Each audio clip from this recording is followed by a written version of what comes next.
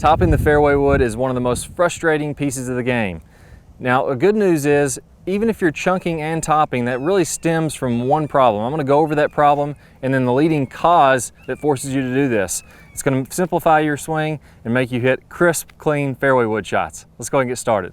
The good news is whether we're chunking or we're topping the ball with our fairway woods, it's all caused from the same thing, and that's the bottom of our arc being behind the golf ball. So as we swing this golf club, it swings in a circle, and the bottom of this circle is going to be the low point of our swing. With every single swing we make, whether it's a fairway wood, a wedge, an iron, even the driver, we want to be contacting the ball before the bottom of our arc. So our club is working down, contacting the golf ball, then the bottom of our arc is happening in front of the golf ball. So we're making contact here with the ball, then the bottom of our arc. If we're topping the ball, or if we're chunking the ball, what's happening is we're making the bottom of our arc behind the golf ball. So if we hit the ground hard with the low point of our arc behind the ball, now we're going to hit a bunch of ground, get mud and dirt and all that between our club and the ball, and it's going to force us to hit a very poor shot. Or if we're having that bottom of the arc behind the ball, the club is going to be missing the ground and coming up and hitting the top of the ball. That's what the top comes from. So you can see here, if we zoom in on my club, as I go to the bottom of that arc, I'm barely missing the ground. Then the club's coming up and I'm hitting the top of the ball with the bottom of my club. And that's causing that ball to dribble across the ground, which, as you know, is extremely frustrating. Everybody's done that before, and there's nothing that'll make you madder than topping a ball, especially with a fairway wood when you're really looking to rip one. So in today's video, let's talk about the root cause and how we get the low point of our swing in front of the golf ball every time.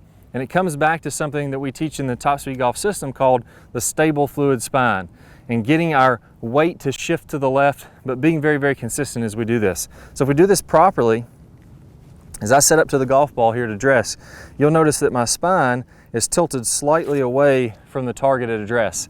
As I go to the top of the swing, I'm going to let my weight transfer a little bit more to the inside of my right leg. Just like if you're loading up to throw a football, you're going to let your weight transfer to the inside of your right leg, then come on through. Same thing happens in the golf swing. I got a little bit of tilt at address. As I go to the top, transfer it to the right, get a little bit of weight shift here, and then as I come into the downswing, my weight's now going to be shifting to the left, which allows my arc to be in front. And you'll notice again here, as I'm at contact, my spine is going to be tilted slightly away from the target. So this makes it very, very consistent as we swing. Little spine tilt, shift to the right, shift to the left. The bottom of my arc is going to be in front of the ball every single time. One of the main things, I would say probably 70 or 80% of all golfers struggle with this, is not getting the proper spine angle, and then the weight starts to flop around almost in the reverse order.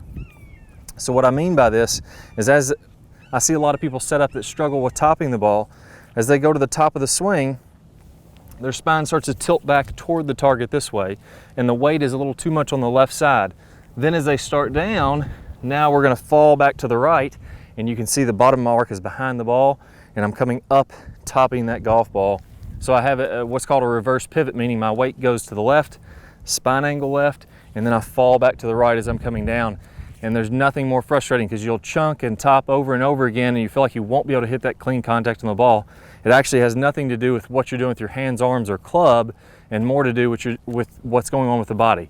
Now let's go ahead and get a couple drills that are going to walk you through this step by step, how we can eliminate this problem once and for all. All right, so now I got a great drill to really help you combat this and get the right motion and stop topping and chunking, which is so frustrating, we all know. Now, as we set up a golf ball here, I'm going to go ahead and put one golf ball in my normal position. I'm going to go ahead and knock that ball off the tee. And I have a little tee under the golf ball, and I also have a tee about 5 or 6 inches in front. And this is going to be some great feedback as you're working on your body angles and doing this. First, we're going to start out by even losing the club. So I'm just going to drop the club, put it on the ground. And as I set up, I'm going to put my arms across my shoulders, and I'm going to get a little bit of tilt with my spine. So now I'm slightly away from the target. I'm going to shift my weight as I turn to the top, and I'm going to make sure that the weight is on the inside of my right foot as I'm doing this. And I should feel as though my spine is still tilted away from the target as I'm doing that. A great way to check that is making sure that my nose is shifted just to the inside of my right foot. Or again, I'm going to feel very athletic, like I'm loading up to throw a football, as I mentioned before. So a little shift to the right and a good full shoulder turn as I go back. So you can see my shoulders are turning at least 90 degrees as I'm doing this. Now from here, I'm going to shift to the left, and I'm going to make sure my weight goes to the inside of my left foot, and I'm going to pause at contact where I'm still slightly angled away. So you'll see, even though my weight is shifting to the left, I've kept about that same angle that I had at address and the top of the swing with my spine. Then I'm going to come all the way on through and get all my weight stacked over my left foot. So as I finish, my hips are going to be toward the target, my body's going to be rotated all the way through, and I'm going to be facing my target, just like I'm standing up and down and talking to someone that's in that direction. So let's go through this again. We'll do about 100 repetitions of this. Little spine tilt, weight to the inside of the right foot, weight to the inside of the left foot, now all the way through. And that shift to the left is what's going to make us be able to get that contact point in front of the golf ball. After we've done about 100 repetitions, you feel pretty good with that. Now let's go ahead and grab a club and do the exact same thing. So we got a little bit of tilt, swing to the top and pause, swing to the left, come into the contact, and you'll see that I can easily clip both tees. Then I'm going to come all the way around to the finish. I'm going to do another 100 repetitions of those to where I'm feeling really good and confident with that. Now I'm ready to do this full speed. Set up to the ball again, shift to the right, shift to the left. You can see I knocked both tees off the ground. Very easy drill to do once you get enough repetitions to get comfortable with that. Now if I was falling back, let me go ahead and put this tee in the ground. If I'm leaning to my left as I go back and then I'm falling back away, well, now I'm going to have a hard time hitting the tee that would be in front up here. I'm going to swing right over top of that. I'm going to either chunk or thin and never get to that front tee. So another 100 repetitions with the tees, full swing. Then you're going to be confident enough to take a golf ball out and start getting those same repetitions in with the golf ball. Remember to put the tee in front even when you're hitting the golf ball. Do a few hundred repetitions of all this and you're going to feel so much more confident. You're going to be able to put that arc in front of the ball every time and hit good, crisp, clean shots. Good luck to you guys. I'll see y'all soon.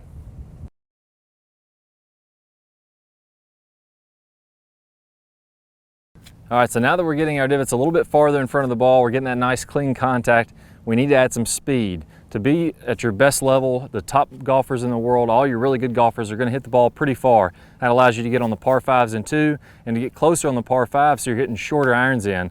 So I got a bonus for you guys. I'm going to preview a lag video, and you just have to click the link on the right hand side of your screen or down below in the description. You can see the full thing, plus an introduction course to our Top Speed Golf system, just like I mentioned today. That's really going to help you to boost your speed in several different areas. So good luck to you guys, and I'll see you all in the lag video. Hi guys, and welcome back. I'm Clay Ballard, and in today's video we're going to talk about one of the absolute worst drills for creating lag. It's a very common drill that I see.